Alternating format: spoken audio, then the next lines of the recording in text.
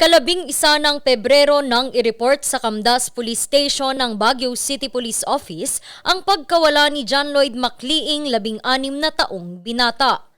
Basta umalis kasi siya pagkatapos niya yung pinagalitan.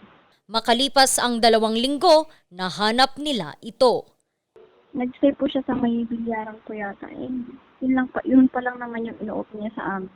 Kasi doon namin siya nakita. Doon may nagsabi kasi sa amin na nakakita kanya doon. Of course, masaya. Siyempre, naging, at peace. Kasi walang nangyaring masama. Pero si Rosie Datig hindi pa rin matahimik.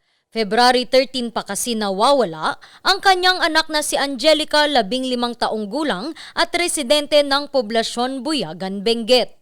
Tapos sabi niya, Mama, may puntahan ako doon sa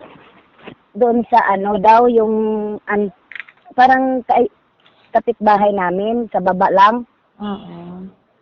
Samahan daw niya sa K5 na magbili ng kamote na order. Ayun, pinayagan namin kasi maganda naman ang paalam niya. Hindi naman siya umuwi hanggang ngayon. Ayon sa kapitbahay, hindi naman daw nagagawi sa kanilang bahay si Angelica. Gusto lang namin sana may makahanap nga maipauwi isuna. May iba pang nawawalang kabataan sa Baguio at Benguet. Sa ng investigation namin is wala pa naman, parang non-crime ba? Wala naman tayong reported na nakidnap sila o na-abduct sila kasi itong mga nawawala, mga kabataan na babae. Kaya nga, sabi ko, parang voluntarily na naglayas ang mga ito. So, ang ginagawa namin dito talaga is bina-background check namin kung ano ba talagang problema sa within the family. Siyempre, nakakatakot din kung gano'n ang mangyayari. Paalala ng Women and Children Protection Desk sa mga magulang, ating mga parents, kailangan alam natin yung whereabouts ng ating mga anak.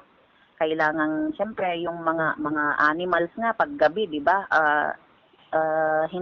kinukuha natin para isilong sa mga bahay-bahay nila. Ganyan din sana din yung ating mga anak paggabi na dapat aware tayo kung saan sila, sino yung mga kasama nila, at dapat hinahanap din nila.